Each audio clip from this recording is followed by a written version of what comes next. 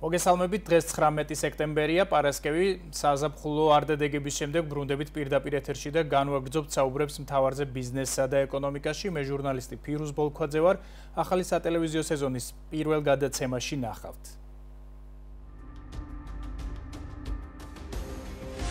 დარგვეული პერიოდი იყო რაღაც ჩავარდნები, მაგრამ აგვისტოს თვემ რაღაცნაირად დააბალანსა. 5%-მდე გაზრდილი საერთაშორისო ვიზიტები მეორე კვარტალში და ნეგატიური მოლოდინების მიუხედავად შენარჩუნებული პოზიტიური დინამიკა ზაფხულში. გადაჭრით ვერ ვიტყვი, რომ გეოპოლიტიკურმა მდგომარეობამ შეცვალა რამე. როგორ დაიწყო და დასრულდა 2025 წლის ცხელი სეზონი ქვეყანაში. ჩვენ შეიძლება ვივარაუდოთ, რომ ნამდვილად კარგი სეზონი იყო. რა ტენდენციები გამოიკვეთა სარესტორნო ბიზნესის მუშაობაში მიმდინარე წელს? ქართულ სამზარეულოზე იყო ძირითადად მოთხოვნა. განსაკუთრებით იყო აჭარულ ხაჭაპურზე, ჩაქონდრილზე, შქმერულზე. და როგორი იყო გაყიდვების დინამიკა სამშენებლო და უძრავი ქონების ბაზარზე? აჭრით ბიუჯეტზე იყო მოთხოვნა, დღეს უფრო სხვა მოთხოვნებია, უფრო პრემიალური. ტურისტული აქტივობა და ზაფხულის ეკონომიკური შედეგები. ვინ როგორ აფასებს ბიზნესში წლის ყველაზე აქტიურ პერიოდს?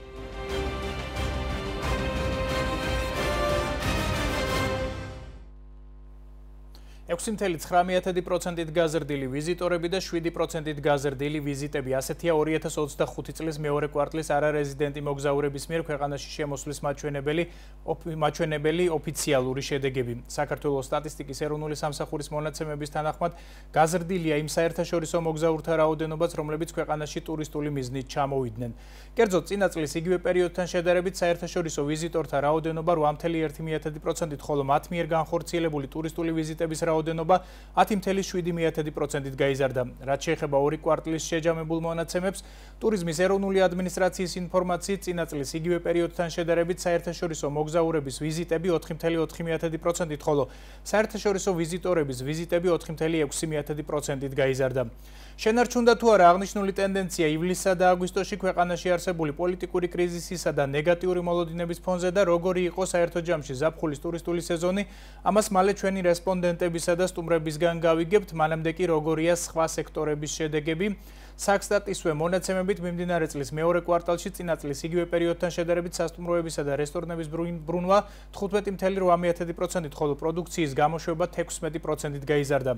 ასევე გაზრდილია დასაქმებულთა რაოდენობა და საშუალო ანაზღაურებაც. რაც შეეხება უძრავი ქონების სექტორს, ამ შემთხვევაში შედეგები არაერთგვაროვანი და ერთგვარად პარადოქსულიც კი იყო. კერძოდ დაფიქსირდა გაყიდვების კლება, თუმცა შენარჩუნდა ფასის ზრდის ტენდენცია. მაგალითად, აგვისტოში თბილისში საცხოვრებელი ბინების ტრანზაქციების რაოდენობა წინა წლის აგვისტოსთან შედარებით 8.8%-ით შემცირდა, ხოლო საშუალო შეწონილი ფასი 12.7%-ით გაიზარდა. ბათუმში კი აგვისტოს თვეში როგორც ტრანზაქციების, ასევე ფასის ზრდის ტენდენცია დაფიქსირდა.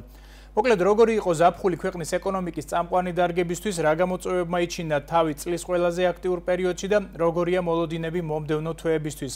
დღეს ეს იქნება ჩვენი სასაუბრო თემა. სტუმრები კი იქნებიან ტურიზმის ასოციაციის წარმომადგენელი ნინო კეკელიძე, რესტორატორთა ასოციაციის დამფუძნებელი შოთა ბურჯანაძე და უძრავი ქონების ეროვნული ასოციაციის წევრი ნატა მოდებაძე. გადაცემის მსვლელობისას ტრადიციულად შემოგთავაზებთ თემაზე ჩაწერილ კომენტარებს და უახლეს სტატისტიკურ მონაცემებს. მაშასე დავიწყოთ და თავდაპირველად გავეცნოთ ტურიზმის სტატისტიკას.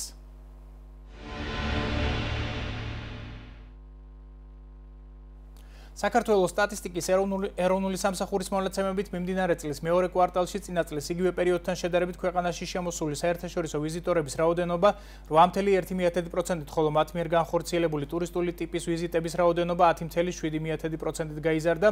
რაც შეეხება განაწილებას ქვეყნების მიხედვით, არარეზიდენტი ვიზიტორების მიერ განხორციელებული ვიზიტების ყველაზე მაღალი წილი 22.4% მოდიოდა რუსეთის მოქალაქეებზე, ხოლო 17.6% და 10.8% შესაბამისად თურქეთისა და სომხეთის მოქალაქეებზე. ამავე მონაცემებით მიმდინარე წლის მეორე კვარტალში საერთაშორისო ვიზიტების ყველაზე მაღალი წილი 59% მოდიოდა დასვენება გართობა რეკრეაციაზე, რაც შეეხება ვიზიტის სხვა მიზნებს 24% მოდიოდა მეგობრების ნათესავების მონახულებაზე, 13% ტრანზიტულ მოგზაურობაზე, 7% პროფესიულ ეკონომიკურ საქმიანობაზე, 4% საყიდლებზე და 2% სხვა მიზნებზე. მონაცემები მონახულებული რეგიონების შესახებ საქსტატის ინფორმაციით მიმდინარე წლის მეორე კვარტალში საერთაშორისო ვიზიტების ყველაზე მაღალი წილი 36% მოდიოდა დედაქალაქ თბილისზე, რაც შეეხება სხვა რეგიონებს, 24% მოდიოდა აჭარაზე, 12% მცხეთა-მთიანეთზე, 7% იმერეთზე, 6% სამცხე-ჯავახეთზე, ასევე 6% ქვემო ქართლზე, 5% კახეთზე და დანარჩენი 4% სხვა რეგიონებზე. მონაცემები კმაყოფილების დონის შესახებ საქსტატის ინფორმაციით მიმდინარე წლის მეორე კვარტალში საერთაშორისო ვიზიტების ყველაზე მაღალი წილი 51% მოდიოდა შეფასებაზე ძალიან კმაყოფილი, რაც შეეხება სხვა მონაცემებს 43%-მდე აღნიშნავდა რომ იყო კმაყოფილი, 5.4% აღნიშნავდა რომ იყო არც კმაყოფილი და არც უკმაყოფილო, 0.2% აღნიშნავდა რომ იყო უკმაყოფილო, 0.3% აღნიშნავდა რომ იყო ძალიან უკმაყოფილო, ხოლო 0.1%-ს გაუჭირდა შეფასების გაკეთება. და ბოლოს მონაცემები დანახარჯების შესახებ საქსტატის ინფორმაციით მიმდინარე წლის მეორე კვარტალში საერთაშორისო ვიზიტორების მიერ საქართველოში გაწეული ხარჯების ჯამურმა მოცულობამ მიაღწია 3.468 მილიონ ლარს, რაც შეეხება განაწილებას, დანახარჯების 30% მოდიოდა საყიდლებზე, 27% განთავსებაზე, 22% საკვებსა და სასმელზე, 12% გასართობ გამაჯანსაღებელ კულტურულ და სპორტულ ღონისძიებებზე, 8% ადგილობრივ ტრანსპორტზე, ხოლო 1% სხვა ხარჯებზე.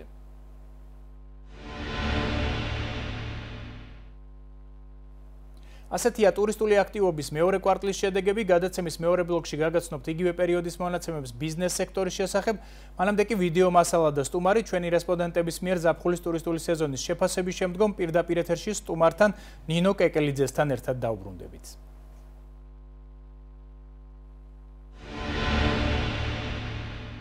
ტენდენცია არის, რა თქმა უნდა, იმატებს წინა წლებთან შედარებით, წელს უკეთესი იყო, რა თქმა უნდა, გარკვეული პერიოდი იყო რაღაც ჩავარდნები, მაგრამ აგვისტოს თვემ რაღაცნაირად დააბალანსა. შემიძლია ხაზგასმით თქვა ის, რომ ეკოტურიზმისგან უფრო არის მიმართული მოთხოვნა, ვიდრე მაგალითად ჩანდა იმის იქით კიდევ იყო წლებში რა.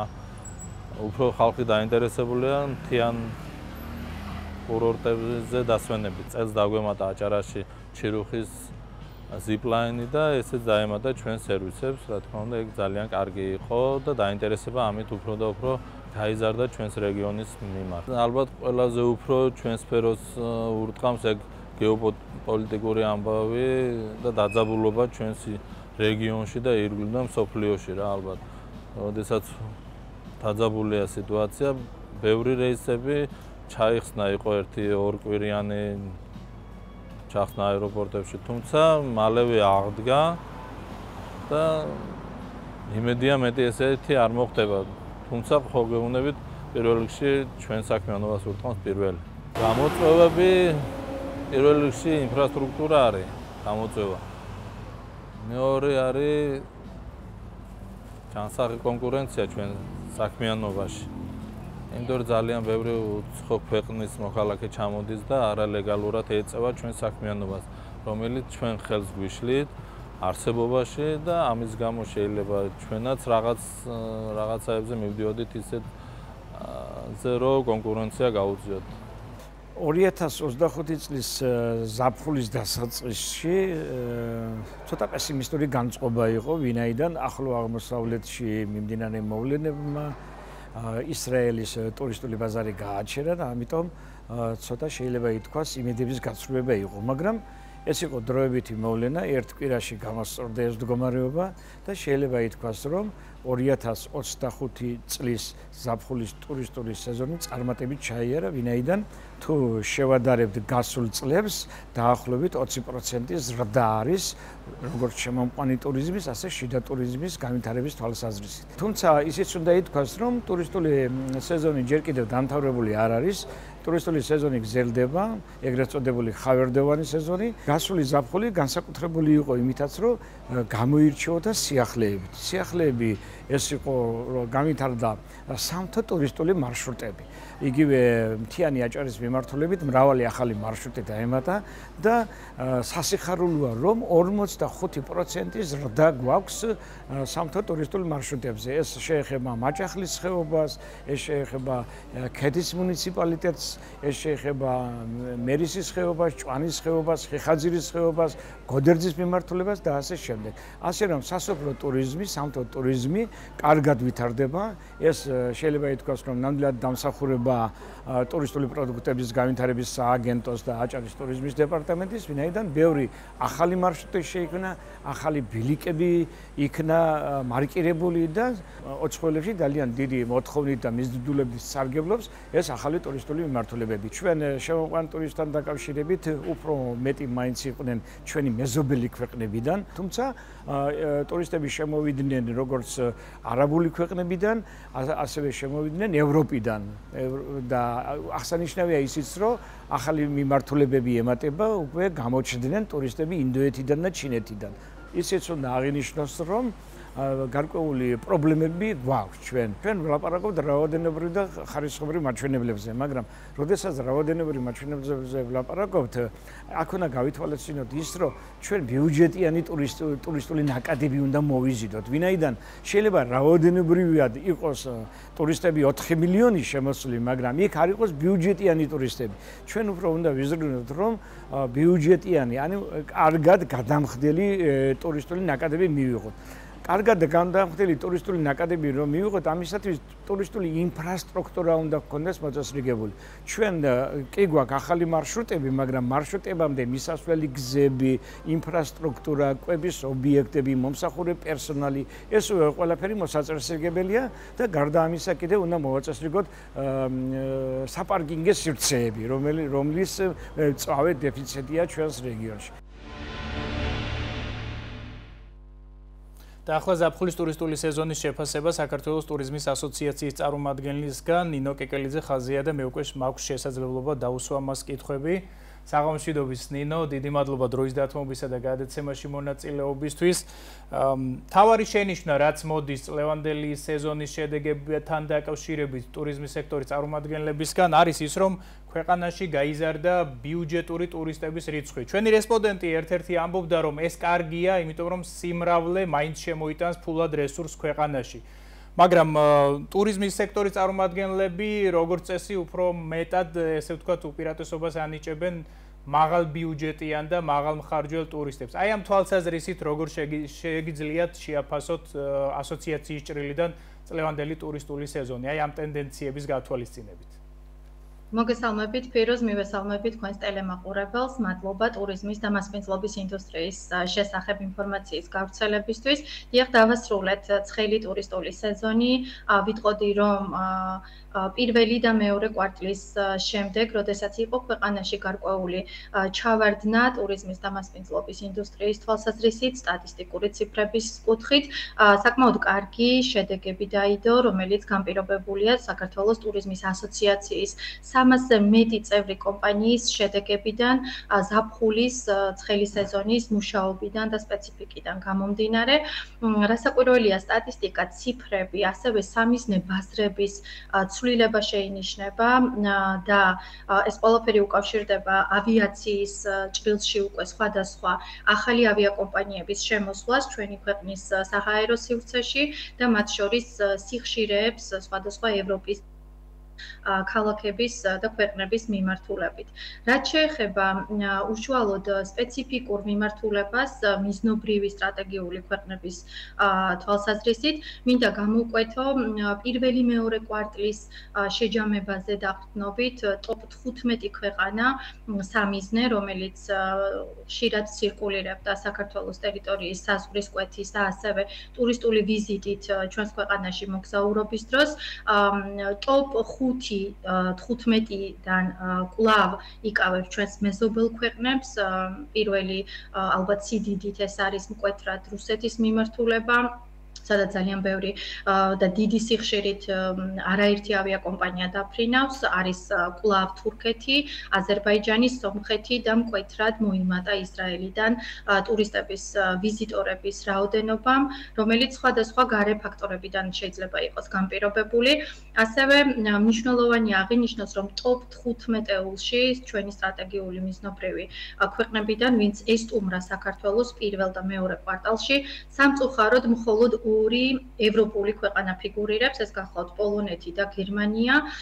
მიუხედავად იმისა, რომ რაოდენობა ამ ორი ქვეყნიდან ჯამში არის გაზრდილი, სამწუხაროა, რომ არ გვხვდება ევროპული სხვადასხვა მიზნობრივი ქვეყნები, სადაც საქართველო ძალიან დიდ, ასე ვთქვათ, მარკეტინგულ აქტივობებს და სხვა.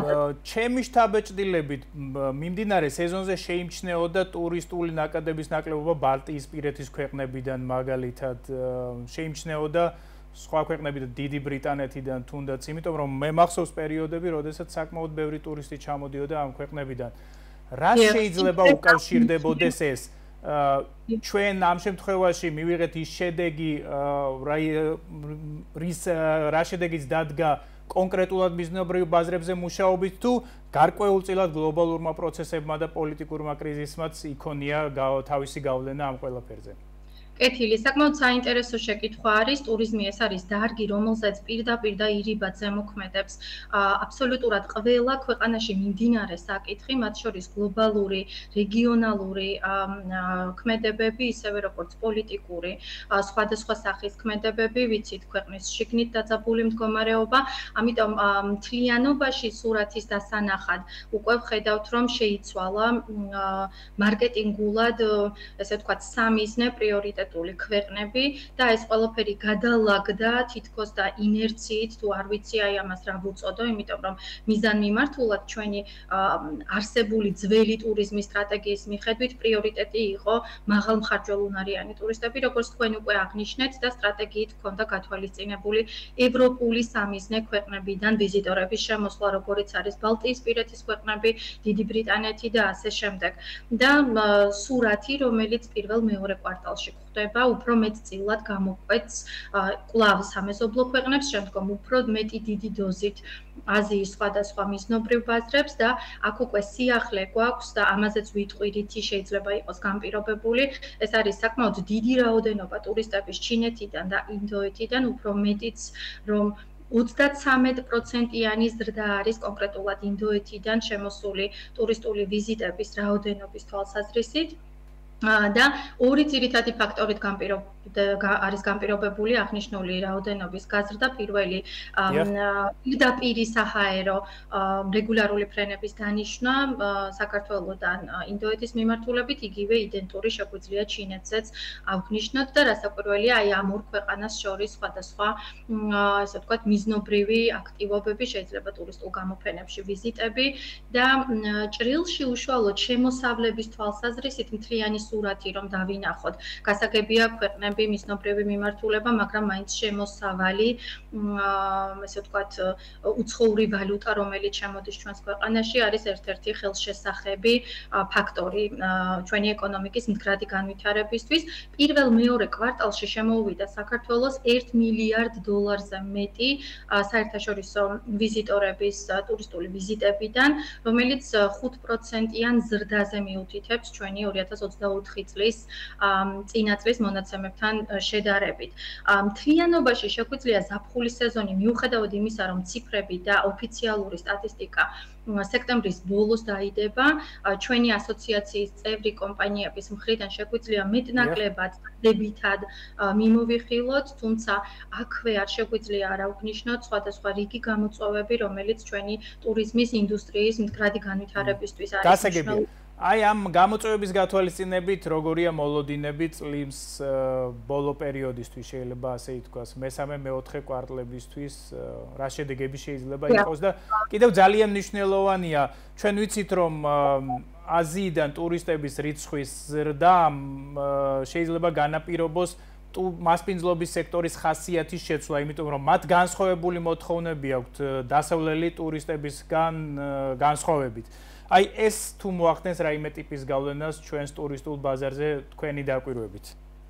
დიახ, ყველა ქვეყანას და მათ მოქალაქეებს სჭირდებათ სპეციფიკური იმ ქვეყნის კულტურის დამახასიათებელი მასპინძლობა.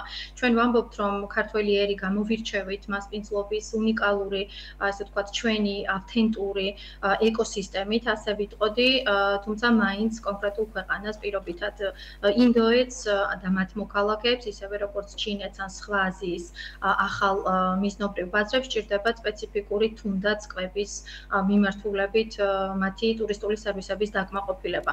ამ ყველაფერს უკვე სჭირდება კვალიფიციური პერსონალი, რომელიც მათ ენაზე, მათი კულტურის, მათი წესების, მათი მოთხოვნების მიხედვით უკვე დააკმაყოფილებს იმ ტურისტული პროდუქტების სერვისის ხარისხს და სტანდარტს, რომელიც შემდგომ უკვე ქვეყანას შემოუტანს იმ შემოსავალს და დოვლას, რომელსაც, ესე ვთქვათ, რომლითაც ტურიზმის ინდუსტრია თავს იწონებს ეკონომიკის ჭრილში. ამიტომ კიდევ ერთხელ აღნიშნავ, რომ შემოდგომის და ზამთრის სეზონი გვაქვს წინ, ველოდებით ახალ განახლებულ ციფრებს, ამისნე სხვადასხვა სტრატეგიულ ქვეყნებს და ჩვენი მხრივ მნიშვნელოვანი ასოციაციის ძირითადი აქტივობაც სწორედ კერძო სექტორის გაძლიერება გახლავთ და ორი ძირითადი ხაზი, ეს გახლავთ ადამიანური რესურსის გაძლიერება, განათლების მიმართულება და მეორე უშუალოდ სტანდარტიზაცია ტურიზმის სხვადასხვა პროდუქტების. აი ეს ორი მკვეთრი მიმართულება გამოიხატება, სადაც ტურიზმის ასოციაცია აქტიურად არის ჩართული წევრ კომპანიებთან ერთად.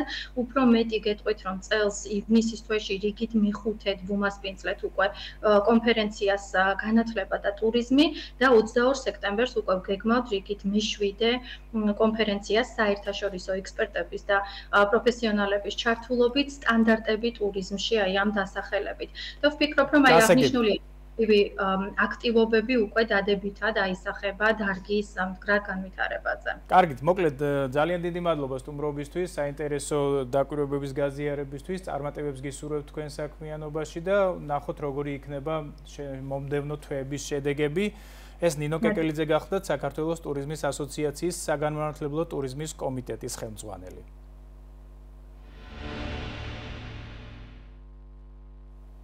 გადაცემის მეორე ბლოკში ჩვენი სტუმარი იქნება შოთა ბურჯანაძე, საქართველოს რესტორატორთა ასოციაციის დამფუძნებელი, ის უკვე ხაზზეა და მალე შემოგვიერთდება, თუმცა მანამდე კვლავ სტატისტიკა და ვიდეო მასალა. დავიწყოთ ამჯერადაც ოფიციალური მონაცემების განხილვით და გავეცნოთ ბიზნეს სექტორის მაჩვენებლებს. საქართველოს სტატისტიკის ეროვნული სამსახურის მონაცემებით მიმდინარე წლის მეორე კვარტალში წინა წლის იგივე პერიოდთან შედარებით ბიზნეს სექტორის ბრუნვის მოცულობა ჯამურად გაიზარდა 12.5% და 60 მილიარდ ლარს გადააჭარბა. რაც შეეხება განაწილებას, ბრუნვის ყველაზე დიდი წილი თითქმის 80%-მდე მოდიოდა თბილისზე, 5.5% აჭარაზე, 3.6% ქვემო ქართლზე, 3.2% იმერეთზე, 2.1% სამეგრელო ზემოსვანეთზე, ხოლო 6%-მდე დანარჩენ რეგიონებზე. ამავე მონაცემებით მიმდინარე წლის მეორე კვარტალში გაზრდილია ბიზნეს სექტორის გამოშვების მაჩვენებლებიც, კერძოდ ზრდა ამ შემთხვევაში იყო 13% და გამოშვების ჯამურმა მოცულობამ გადააჭარბა 23 მილიარდ ლარს, რაც შეეხება განაწილებას, გამოშვების 66%-ზე მეტი მოდიოდა თბილისზე, 8% აჭარაზე, 6.5% ქვემო ქართლზე, 5% იმერეთზე, 4% სამეგრელო ზემოსვანეთზე, ხოლო 10%-ზე მეტი დანარჩენ რეგიონებზე. მონაცემები ბრუნვის ზრდის ტემპის შესახებ რეგიონების მიხედვით საქსტატის ინფორმაციით მიმდინარე წლის მეორე კვარტალში წინა წლის იგივე პერიოდთან შედარებით ბიზნეს სექტორის ბრუნვა 8%-ით გაიზარდა აჭარაში, რაც შეეხება სხვა რეგიონებს, ზრდის ტემპი 6.7% იყო ქვემო ქართლში, 15%-მდე სამეგრელო ზემოსვანეთში, 8.5% მცხეთა-მთიანეთში, 1%-მდე სამცხე-ჯავახეთში, 5.5% გურიაში, ხოლო -5 და -2% შესაბამისად შიდა ქართლსა და იმერეთში. მონაცემები გამოშვების ზრდის ტემპის შესახებ რეგიონების მიხედვით საქსტატის ინფორმაციით მიმდინარე წლის მეორე კვარტალში პროდუქციის გამოშვების ზრდის ტემპი აჭარაში იყო 11%, რაც შეეხება სხვა რეგიონებს, პროდუქციის გამოშვება ასევე 11%-ით გაიზარდა ქვემო ქართლში, 3%-ით იმერეთში, 26%-ით სამეგრელო ზემოსვანეთში, 11%-ით მცხეთა-მთიანეთში, 18%-მდე სამცხე-ჯავახეთში, ხოლო შიდა ქართლსა და გურიაში შემცირდა შესაბამისად 8 და 18%-ით. და ბოლოს მონაცემები დასაქმების შესახებ საქსტატის ინფორმაციით მიმდინარე წლის მეორე კვარტალში წინა წლის იგივე პერიოდთან შედარებით ბიზნეს სექტორში დასაქმებულთა რაოდენობა გაიზარდა 3.3%-ით და გადააჭარბა 795,000, რაც შეეხება განაწილებას, დასაქმებულთა 66%-ზე მეტი მოდიოდა თბილისზე, 10%-მდე აჭარაზე, 6.3% იმერეთზე, 5.4% ქვემო ქართლზე, 3.3% სამეგრელო ზემოსვანეთზე, 2.8% კახეთზე, 2.2% შიდა ქართლზე, ხოლო 4.3% დანარჩენ რეგიონებზე.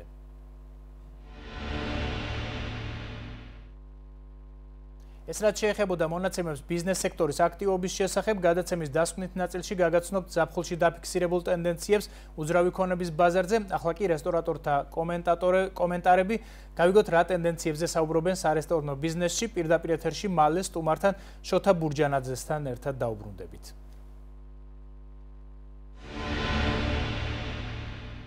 წლევანდელი სეზონი იყო ძალიან კარგი. ყავდა ძალიან ბევრი მომხმარებელი, შერეული იყო, ანუ იყო თურქები, არაბები, რუსები, უკრაინელები. ძალიან კმაყოფილი ვარ წლევანდელი სეზონით. ჩვენ გვაქვს ქართული სამზარეულო, ტრადიციული სამზარეულო, ევროპული სამზარეულოც გვაქვს. ქართულ სამზარეულოზე იყო ძირითადად მოთხოვნა, განსაკუთრებით იყო აჭარულ ხაჭაპურზე, ჩაქონდრილზე, შქმერულზე და ასე შემდეგ. არ მგონია რომ სეზონი ამით დასრულდეს, ჩემი აზრით უნდა გაგრძელდეს სეზონი, იმიტომ რომ კარგი სეზონი იყო და კარგი პირიც იყო. წინა წლებთან შედარებით ყველა წელი არის პანდემიის შემდეგ, რა თქმა უნდა, ყველა წელი არის მზარდი. წელსაც სტატისტიკურად ჩემი ობიექტი კონკრეტულად გაზრდილია. სტუმრების შემეცნებას რაც შეეხება, ძირითადად რადგან ქართული ნაციონალური ტრადიციული რესტორანია, გამომდინარე აქედან მაინც უცხოელი ვიზიტორები მყავს მე. ასე კონკრეტულად ვერ გამოვარჩევდი რომელი ეროვნება და რომელი ენოვანი, მაგრამ ძირითადად მაინც უცხოენოვანი სტუმრები მყავს. ადგილობრივი მომხმარებელი ძალიან ცოტა მყავდა წელს, გასულ წელთან შედარებით. აგვისტოში ძირითადად ეს კარგად შეიმჩნევა ხოლმე, მაგრამ ამ წელს ნამდვილად ნაკლები იყო. ვფიქრობ, ჩვენ ქართველებს გვიყვარს მოგზაურობა და გამომდინარე აქედან ამ წელს ალბათ პრიორიტეტი აირჩიეს უცხოეთი. და ლოგიკურიცაა. ტურისტული სეზონი ისევ გრძელდება, ზუსტად იგივეა, რაც აგვისტოს თვე. გასული წელიც იგივე იყო და სექტემბრის ბოლოს უკვე შევხედავთ როგორ იქნება. ყოველ წელიწადს ხაზგასმით ვღნიშნავ და ეხაც განმეორდები, რომ ტურიზმის დეპარტამენტს განსაკუთრებული მადლობა, იმიტომ რომ სეზონის დაწყებამდე ყველანაირად ვართ მომზადებული, ინფორმირებული, იმისთვის რომ ნიადაგი შექმნილი გქონდეს, იმიტომ რომ მომსახურების სფეროა და შესაბამისად ბევრ სირთულესთან გვაქვს საქმე, კადრების პრობლემა და ასე შემდეგ, თუმცა შეძლებისაგვარად ყოველთვის ყველაფერი გვაქვს მობილიზებული. ვცდილობთ, რომ ევროპის სტანდარტებს გაუსწროთ მომსახურებით და დარწმუნებული ვარ, რომ აუცილებლად მივაღწევთ მაგასაც. და ახლა ჩვენ შეკითხვებს ზაფხულის ტენდენციების შესახებ სარესტორნო ბიზნესში დაპირებისამებრ რესტორატორთა ასოციაციის დამფუძნებელი შოთა ბურჯანაძე უპასუხებს. საღამოშიდობის ბატონო შოთა, დიდი მადლობა დროის დათმობის და გადაცემაში მონაწილეობისთვის. იმის გათვალისწინებით, რომ გარკვეული ტენდენციები შეიცვალა სტუმართან, ტურისტების ნაკადებთან დაკავშირებით, აზიელის ტურისტების რიცხვი გამრავლდა ჩვენთან. და ბევრი მაგალითად უჩივის იმას, რომ ისინი მაინცა და მაინც მაღალ ინტერესს ქართული სამზარეულოსადმი არიჩენს, აი ამის გათვალისწინებით როგორ შეეგიძლიათ შეაფასოთ წლევანდელი ცხელი სეზონი სარესტორნო ბიზნესისთვის. მოგესალმებით, მივესალმებით თქვენს და ჩვენს მაყურებელს, მადლობა მოწვევისთვის. ძალიან საინტერესო ტენდენცია იყო წელს ჩემს ასე ვთქვათ ჩართვას დავიწყებ იმით, რომ შეიძლება სეზონი შევაფასოთ დადებითად საქართველოს მასშტაბით. გამოვყოფ ვითარებას, რომ ყოველთვის თბილისი აგვისტოში ჩავარდნილ სეზონად ითვლებოდა, მაგრამ მიუხედავად ამისა შეიძლება ითქვას, რომ თბილისიც აგვისტოს თვეში განსაკუთრებულად იყო ტურისტების კუთხით მრავლად და რა თქმა უნდა აჭარის რეგიონი ყოველთვის ზაფხულის სეზონში დატვირთული იყო ტურისტების კუთხით. მაგრამ აქ გამოვყოფდი, რომ ადგილობრივი მომხმარებელიც ამ შემთხვევაში, აჭარის შემთხვევაში იმაზე მეტი იყო ადგილობრივი მომხმარებელი, ვიდრე წინა წლებში იყო. ფისკალურად თუ ვისაუბრებთ და რაოდენობრივადაც ამ კუთხით წელიწადი დატვირთული იყო და სასიამოვნო მნიშვნელოვანია ვთქვათ, რომ სეზონში არა მარტო თბილისი და აჭარა იყო ტურისტების როგორც ადგილობრივი ისე ჩამოსულები დატვირთული, არამედ ქვეყნის სხვადასხვა რეგიონები. ამ შემთხვევაში იმერეთი, სვანეთი და რა თქმა უნდა თბილისის ახლოს კახეთი. ეს გამოწვეული ფაქტორი, რომელიც მნიშვნელოვანია, რამ განაპირობა ეს ეს არის პირდაპირ ფრენები, რომელიც ქუთაისში და ბათუმში არის და შესაბამისად გაზრდილი იყო ქუთაისის აეროპორტის ჩამოსვლათა რაოდენობა და შესაბამისად ეს ყველაფერი ქმნის იმ შესაძლებლობას, რომ საქართველოს მთელი ტერიტორია იყოს დატვირთული ტურისტების კუთხით და გარკვეულწილად გეოგრაფია გაზრდილი არის. ის კითხვა, რომელიც თქვენ დამისვით ამ შემთხვევაში და საუბარი არის იმაზე, რომ რა არის ამ შემთხვევაში განსხვავება წინა წლებსა და წლევანდელ წელს შორის, შეიძლება ითქვას დაგვაკლდა უცხოელი ტურისტი, გული უცხოელია ყველა ტურისტები, მაგრამ დაგვაკლდა ევროპელი ტურისტები, რომლებიც მნიშვნელოვანი არის ამ კუთხით მუშაობა, იქედან გამომდინარე, რომ კულტურა, რომელიც ჩვენს თავაზობს, ჩვენს გასტრონომიას და აღსანიშნავია ქართულ ღვინოს, ამ შემთხვევაში ნაკლებად მოხმარებადი იყო წელს იმ ტურისტების მხრივ, ვისაც აზიელი ტურისტი ჰქვია, ინდოელი ტურისტი, არაბული ქვეყნებიდან ჩამოსული ტურისტები.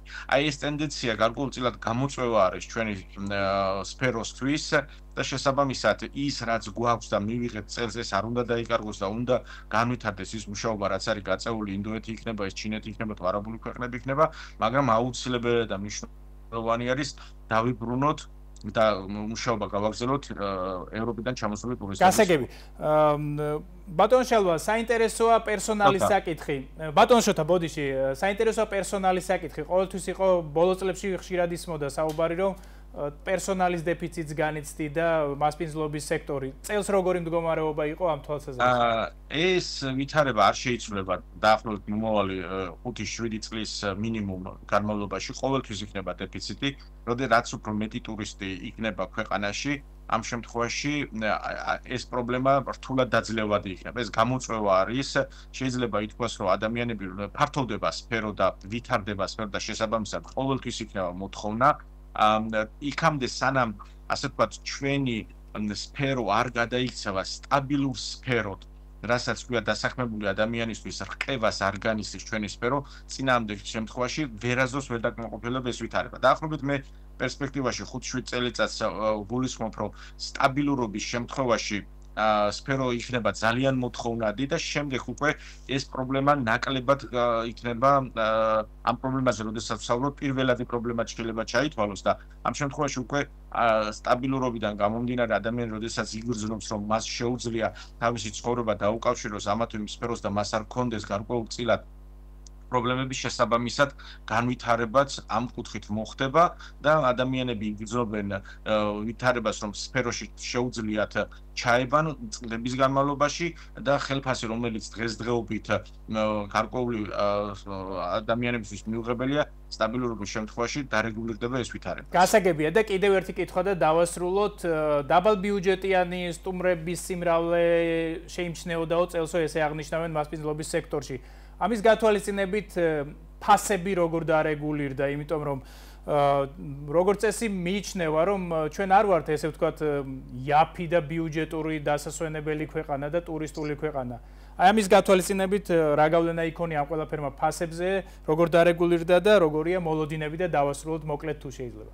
ჩვენი ქვეყანა არ უნდა იყოს არავითარ შემთხვევაში იაფიანი ქვეყანა, ჩვენი ქვეყანა რაც შეიძლება უფრო ცივი ქვეყანა იყოს, რომ ჩამოსულმა ტურისტმა დატოვოს ის თანხა, რაც ჩვენი ქვეყნის ეკონომიკაში იქნება მიზიდულობის ძალა, აქ მნიშვნელოვანი არის, რომ ჩვენ ვიფიქროთ არა ფასების დაკლებაზე, არამედ ხელფასების გაზრდაზე. ანუ საზოგადოების მოთხოვნა უნდა იყოს, რომ ხელფასი იყოს დიდი და შესაბამისად ის ვითარება, რაც დღეს გვაქვს, მათ შესაძლებლობა გქონდეთ, რომ გარკვეული წილად ის ფასები, რომელიც დღეს გვაქვს, მათთვის იყოს ჩვენი საზოგადოების იყოს მისაღები.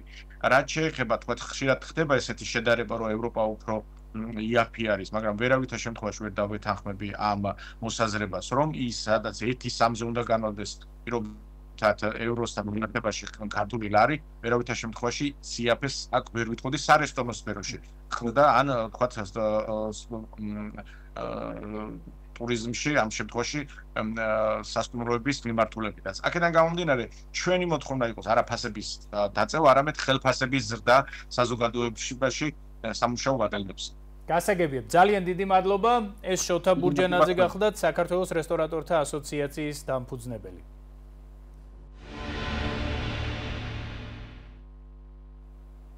გადაცემის დასკვნით ნაწილში ჩვენი სტუმარი იქნება საქართველოს უძრავი ქონების ეროვნული ასოციაციის წარმომადგენელი ნატა მოდებაძე. ის ჩვენ შეკითხვებს ზაფხულის განმავლობაში უძრავი ქონების ბაზარზე დაფიქსირებული ტენდენციების შესახებ უპასუხებს, თუმცა მანამდე კვლავ სტატისტიკა და კომენტარი. დავიწყოთ ისევ გამოქვეყნებული შედეგების განხილვით და გავეცნოთ მონაცემებს საცხოვრებელი უძრავი ქონების გაყიდვების და ფასის დინამიკის შესახებ. ბიზნეს საკონსულტაციო და კვლევითი კომპანია Colliers Georgia's უძრავი ქონების პორტალ Recogis მონაცემებით მიმდინარე წლის აგვისტოში წინა წლის იგივე პერიოდთან შედარებით საცხოვრებელი უძრავი ქონების ბაზარი თბილისში გაიზარდა მხოლოდ 0.3% და გადააჭარბა $224 მილიონ, რაც შეეხება დინამიკას ზაფხულის განმავლობაში ბაზრის ზომის ზრდა 22%-ზე მეტი იყო ივლისში და აღწევდა $294 მილიონ, ხოლო 22%-ამდე იყო ივნისში და აღწევდა $254 მილიონ, ჯამურად კი ბაზრის ზომა 2025 წლის იანვარ-აგვისტოში იყო $1.968 მილიონი, რაც 11%-ით მეტია წინა წლის იგივე პერიოდის მაჩვენებელზე. ამავე მონაცემებით 2025 წლის აგვისტოში წინა წლის იგივე თვესთან შედარებით საცხოვრებელი უძრავი ქონების ტრანზაქციების რაოდენობა თბილისში შემცირდა 8.7%-ით და შეადგინა 2889, რაც შეეხება დინამიკას ტრანზაქციების რაოდენობა თბილისში ივლისში გაიზარდა 4%-ით და მიაღწია 3712, ხოლო ივნისში გაიზარდა 11%-ით და მიაღწია 3363 ერთეულს. ჯამურად კი ტრანზაქციების რაოდენობა მიმდინარე წლის იანვარ-აგვისტოში იყო 25806, რაც 1% ნაკლებია წინა წლის იგივე პერიოდის მაჩვენებელზე. მონაცემები ბაზრის ზომის შესახებ ბათუმში Recogis ინფორმაციით მიმდინარე წლის იანვარ-აგვისტოში საცხოვრებელი უძრავი ქონების ბაზრის ჯამური მოცულობა ბათუმში იყო $584.1 მილიონი, რაც 25.5%-ით აღემატება წინა წლის იგივე პერიოდის მაჩვენებელს. რაც შეეხება დინამიკას, მიმდინარე წლის აგვისტოში წინა წლის იგივე თვესთან შედარებით ბაზრის ზომა გაიზარდა 36%-ით და მიაღწია $80 მილიონ, ივლისში გაიზარდა 60%-ზე მეტით და გადააჭარბა $103 მილიონ, ხოლო ივნისში გაიზარდა დაახლოებით 46%-ით და გადააჭარბა $78 მილიონ. მონაცემები ტრანზაქციების შესახებ ბათუმში Recogis ინფორმაციით მიმდინარე წლის იანვარ-აგვისტოში საცხოვრებელი უძრავი ქონების ტრანზაქციების ჯამურმა რაოდენობამ ბათუმში მიაღწია 10091, რაც 10%-ით აღემატება წინა წლის იგივე პერიოდის მაჩვენებელს. რაც შეეხება დინამიკას, მიმდინარე წლის აგვისტოში წინა წლის იგივე თვესთან შედარებით ტრანზაქციების რაოდენობა ბათუმში გაიზარდა 13.5%-ით და მიაღწია 1298, ივლისში გაიზარდა 35.6%-ით და მიაღწია 1664, ხოლო ივნისში გაიზარდა 25%-ით და მიაღწია 1357 ერთეულს და ბოლოს მონაცემები საშუალო შეწონილი ფასის შესახებ Recogis ინფორმაციით 2025 წლის იანვარ-აგვისტოში საცხოვრებელი უძრავი ქონების საშუალო შეწონილი ფასი წინა წლის იგივე პერიოდის საშუალო შეწონილ ფასთან შედარებით გაიზარდა 11%-ით და მიაღწია $1151 კვადრატულ მეტრზე. რაც შეეხება ბათუმს, ამ შემთხვევაში მიმდინარე წლის იანვარ-აგვისტოში საშუალო შეწონილი ფასის ზრდამ წინა წლის იგივე პერიოდის ფასთან შედარებით შეადგინა 19% და მიაღწია $1223 ერთ კვადრატულ მეტრზე.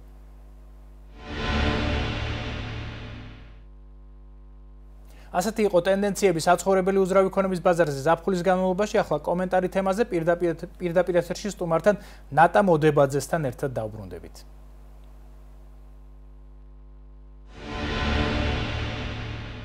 რაც შეეხება გაყიდვების ტენდენციას, ამ მომენტის ჩვენთვის სტაბილურია, ჩვენი დაგეგმილი მაჩვენებლები, რაც ჰქონდა გადაჭარბებით შევასრულეთ.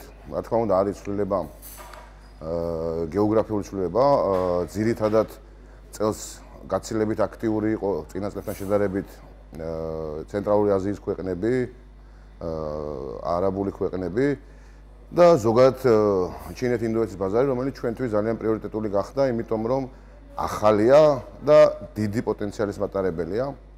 ასევე ჩვენთვის მიჩვეულ ეგრეთ წოდებულ ბაზრებზე ჩვენი სამეზობლო ქვეყნები და იმ ევროპულ ქვეყნებისა და ჩვენ ძალიან აქტიურად ვაწარმოებთ ჩვენ მარკეტინგულ სტრატეგიას. ჩვენ დასახული მიზნები, გეგმები შევასრულეთ გადაჭარბებით და ყოველდღიურ რეჟიმში პრინციპში ვცდილობთ გაფართოვებას და ჩვენი სტრატეგიაც ეს არის, რომ რაც შეიძლება გავაფართოვოთ ჩვენი პარტნიორული ქსელი და პირდაპირ პროპორციულია ეს ყველაფერი გაყიდვების. რაც შეეხება დაკრედიტებას, დიახ, იყო ნამდვილად, მე ამას შეფერხებას უფრო დავარქმევ. ბანკებმა შეანელეს ტემპი დეველოპერების დაკრედიტების, თუმცა ნამდვილად მინდა დაგიდასტუროთ, რომ აი ჩვენს პარალელურად ეხლა ჩათვალეთ ყოველდღიური საუბრები მიდის ბიზნესსა და კომერციულ ბანკებს შორის, ეროვნული ბანკის ჩართულობით და ძალიან მალე ვფიქრობ და ვიმედოვნებთ, რომ რაღაც საერთო გადაწყვეტილებამდე მივა ბიზნესის და საბანკო სფეროც დაახლოვდება ჩვენი პოზიციები და ისევ ძალიან აქტიურად განახლდება დაკრეიტება. მოლოდინებს რაც შეეხება თვლი რამდვილად რომ ჩვენ გვაქვს პოზიტიური მოლოდინები და ეს პოზიტიური მოლოდინები გამომდინარეობს კონკრეტული გეგმებისგან. თუმცა გამოწვევები რჩება გამოწვევება წელს შარშან ჩვენ ქვეყანას ურთულესი გამოწვევები აქვს ძალიან ძნელია და რთულია ჯერაც ჩვენი პოზიციონირება როგორც ძალიან მიმზიდველი საინვესტიციო ქვეყანა თუნდაც იმიტომ რომ ისეთ რეგიონში ვცხოვრობთ სადაც უსაფრთხოება რისკ ფაქტორია ძალიან დიდი. თუმცა ნელ-ნელა ნაბიჯებით საქართველოს ბათუმი თბილისიც ცდილობს თავის ადგილი დაიმკვიდროს საინვესტიციო რუკაზე და ზუსტად ამისი გამოხატულება იმ გეოგრაფიის ზრდა, რასაც ჩვენ ყოველწლიურად ხედავთ, რეალურად ყოველწლიურად გვემატება ქვეყნები და ადამიანები, რომლებიც ახალია ჩვენთვის, სადაც შევიტანეთ ინფორმაცია და ვეცადეთ ყოველ შემთხვევაში, რომ დაგვერწმუნებინა საქართველოს კონკურენტულ უპირატესობაში. ზაფხულში როგორც ყოველთვის კლუბა შეინიშნება, რადგანაც მოსახლეობა ისვენებს, თუმცა შემიძლია აღვნიშნო, გასული 10 დღის განმავლობაში ჩემს კომპანიაში გაყიდვების ნიშნულმა უმაღლეს წერტილს მიაღწია და ვიმედოვნებთ ეს შეინარჩუნდება. ჩემი ძირითადი მომხმარებლები ქართული კონტენტია. ქართული კონტენტი იყო ესეც ადამიანები რომლებიც ელოდებოდნენ ფასის დაკლებას, თუმცა ფასი დასტაბილურდა და აღარც დაიწია, აღარც გაიზარდა და გადაწყვიტეს შეეძინათ უძრავი ქონება, რადგან ახლა იყო საუკეთესო დრო ამისთვის. საინვესტიციო უძრავი ქონებით ინტერესდებიან პირველ და მეორე ზოლში ძირითადად. ძალიან დადებითი და პოზიტიური მოლოდინი გვაქვს ამ 10 დღემ, აჩვენა რომ გაყიდვები მაღალ ნიშნულზეა და ვიმედოვნებთ ეს ტემპი შენარჩუნდება და გაგრძელდება. ყველა კვლევა აჩვენებს იმას, რომ გაყიდვების ზრდა არის, რაც არ უნდა იყოს. ძირითადი ტენდენციები მინდის იქეთკენ, რომ ფასები იზრდება, ახალი ქონება რაც გამოდის ბაზარზე, ანუ პირველად ქონებაზეა საუბარი, ფასები გაზრდილია. ასევე, ეს განპირობებულია ძირითადად მშენებლობასთან დაკავშირებული ხარჯების ზრდასთან. მეორე, რაც ყველაზე საინტერესოა, ძირითადი გაყიდვების ნაწილი უფრო პრემიალური სეგმენტისკენ გადაიხარა, ვიდრე ადრე თუ ბიუჯეტზე იყო მოთხოვნა, დღეს უფრო სხვა მოთხოვნებია, უფრო პრემიალური. თუ ინვესტიციებზეა საუბარი, ეს პროფესიონალური მმართველი კომპანიების მიერ მართულ ობიექტებზეა მოთხოვნა წამოსული და თუ ვისაუბრებთ იმაზე, საიდან წამოვიდა ძირითადი მოთხოვნა, წელს ისრაელი აქტიურობდა საკმაოდ კარგად. ასევე აზიიდანაც მოდის გარკვეული მოთხოვნები, რაც უყურებთ, ახლა იმ დონეზე არ არის, თუმცა უკვე ჩანს. იგივე ჩინეთის ბაზარი, ინდოეთი ყიდულობენ, უკვე არის. და რაც როგორც ყოველთვის ყოფილი ესეთი ქვეყნები, ჩვენი მუდმივი კლიენტები, ესენიც არიან წარმოდგენილი. უზბეკეთის ბაზარი გამოჩნდა, რაც გამიკვირდა, თუმცა გასაკვირი არაფერია, იქ TBC ბანკია შესული და ქვეყნის პოპულარიზაცია მეტნაკლებად ხდება. საკმაოდ ბევრი კლიენტი იყო უზბეკეთიდან წელს, რომ ძირითადად საინვესტიციო ქონებები შეიძინეს, ეს ზღვისპირა აპარტამენტები რაც იყო. სრულიად დიდად არ მოხდარა ბათუმში, როგორც იყო ადრეც, ან დაახლოებით ნახევარზე შეიძლება ითქვას, ნახევარი ეს არის უცხოელები ყიდულობენ, შეიძლება ცოტა მეტიც და ქართველების ყიდულობენ უკვე საინვესტიციო უძრავ ქონებას. აბანდებენ ფულს ამაში. როგორც წესი, აგვისტოზე არასოდეს არ მოდიოდა საკმაოდ დიდი გაყიდვები. აგვისტოში ხალხი ისვენებს, აკვირდება ძირითადი მოლოდინები რაც არის, ნახულობენ ქონებას. შეძენა ხდება უფრო აი მეოთხე კვარტალში, ოქტომბერი, ნოემბრის პერიოდში ხდება ძირითადი გაყიდვები რაც არის. საკმაოდ დადებითი მოლოდინები მაქვს და პოზიტიური მოლოდინები მაქვს, იმიტომ რომ აი ჩემს კოლეგებს საკმაოდ ბევრი გადადებული გარიგება აქვთ, მოკლედ, რომელსაც ელოდებიან ან უნდა ჩამოვიდეს ინვესტორი, ან აი რაღაც სეზონზე დაგროვილი კაპიტალის ინვესტირება უნდა მოახდინონ ახალ უძრავ ქონებაში. და ახლა ჩვენ შეკითხვებს ზაფხულის ტენდენციების შესახებ უძრავი ქონების ბაზარზე დაპირებისამებრ სტუმარი უძრავი ქონების ეროვნული ასოციაციის წარმომადგენელი ნატა მოდებაძე უპასუხებს. საღამოშვიდობის ნატა. დიდი მადლობა დროის დათმობისა და გადაცემაში მონაწილეობისთვის. მთავარი ტენდენცია რაც გამოიკვეთა იყო გაყიდვების შემცირება აგვისტოში დედაქალაქში და გაყიდვების ზრდა ასევე აგვისტოში აჭარაში, ბათუმში. აი ამ ტენდენციების გათვალისწინებით და ახალი ბაზრების გამოჩენის გათვალისწინებით როგორია თქვენი ესე ვთქვათ შეფასება მიმდინარე ტენდენციებისა და როგორია მოლოდინები მოკლედ თუ შეიძლება რომ ჩამოვაყალიბოთ. მოგესალმებით, მადლობა მოწვევისთვის, მივესალმებით თქვენს მაყურებელს. რაც შეეხება გაყიდვების რაოდენობა ან ტრანზაქციების შემცირებულია თითქოს, მაგრამ სიმართლე რომ გითხრათ დაუშვა ზაფხულის პერიოდში რაღაცნაირად დასტაბილურდა. ვერ ვიტყვი, რომ ისეთი კლება იყო, რომ სამუშაო საკმაოდ ბევრი ჰქონდა, საკმაოდ აქტიური სეზონი იყო. როგორც წესი ამ დროს ემიგრანტები აქტიურდებიან, შეიძლება დღეს არ განხორციელებიათ ტრანზაქციები, თუმცა რაღაცები უკვე მოინიშნეს, წავიდნენ, ზოგი რაღაც გარიგებები გვაქვს უკვე, რომ აი ბანკი დაკრედიტებას ითხოვენ ემიგრანტებისთვის სესხები, მოკლედ ასე რომ ვთქვა, წინა პერიოდთან შედარებით, ანუ აი ზამთარი გაზაფხული უფრო მძიმე ქონდა ნამდვილად და უფრო მშვიდი და სტაბილური იყო და ველოდებით უფრო გააქტიურებას. თან აი ტენდენცია მაინც ისეთი არის, რომ უფრო მეტად ხარისხი არის გადატანილი, უფრო მეტად მოთხოვნა არის გადატანილი ხარისხზე. ადამიანები ითხოვენ უფრო ხარისხიან მშენებლობებს. ანუ პრემიუმ კლასზე გაჩნდა მოთხოვნა. იცით როგორ არის, ან პრემიუმ კლასი უნდა იყოს, ან ეკონომ კლასი უნდა იყოს. აი რაღაცა საშუალო რო არის და რასაც ეძახიან რომ ჩვენ ყველა ამბობს რომ ძალიან მაღალი ხარისხის მშენებლობა. გასაგებია. ერთი მთავარი პრობლემა რომელიც იყო მიმდინარე სეზონზე სამშენებლო დეველოპერული სექტორისთვის დაკრედიტების შემცირება ბანკების მხრიდან. ამან რაიმე გავლენა მოახდინა პროცესზე, გაყიდვების პროცესზე, პროექტების განვითარების პროცესზე? არა, ამან არ მოახდინა, უყურეთ საქმე იმაშია, რომ ის ნაწილი, რაც მოაყდა დეველოპერების დაკრედიტებას, ის ნაწილი გადავიდა უფრო სამაგიეროდ გამარტივდა სესხები მომხმარებლებისთვის, ვისაც შეძენა უნდა უძრავი ქონების და ეს ძალიან მისასალმი. ანუ ამაზეც მინდოდა მეკითხა, ჩვენ ვიცით რომ ლიმიტები გაიზარდა იპოთეკური დაკრედიტებისა, ამან თუ იქონია რაიმე გავლენა გაყიდვებზე?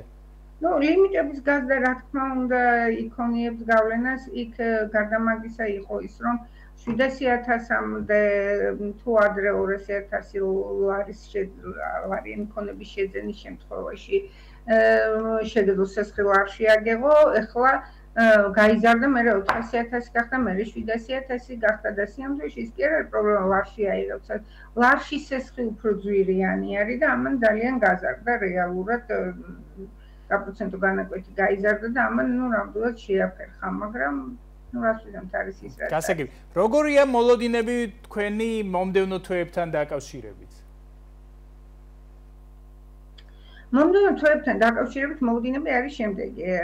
საერთაშორისო გაყიდვებზე გვაქვს აქცენტი აღებული და საერთაშორისო გაყიდვები ქვეყანა უნდა იყოს მზადმე, არაერთხელ მithქვე რომ უნდა იყოს ჩვენი ქვეყანა საინვესტიციო მიმზიდველი და ეს ბუნებრივი პროცესია, მსოფლიო ესე განვითარდა და ჩვენც მსოფლიოს ნაწილი ვართ, ეს ერთი და გარდა ამისა თვითონ ამასაც ხშირად ვამბობ, თითოეულ ჩვენთაგანის და თითოეულ საქართველოს მოქალაქის მყიდველ უნარიანობა უნდა გაიზარდოს.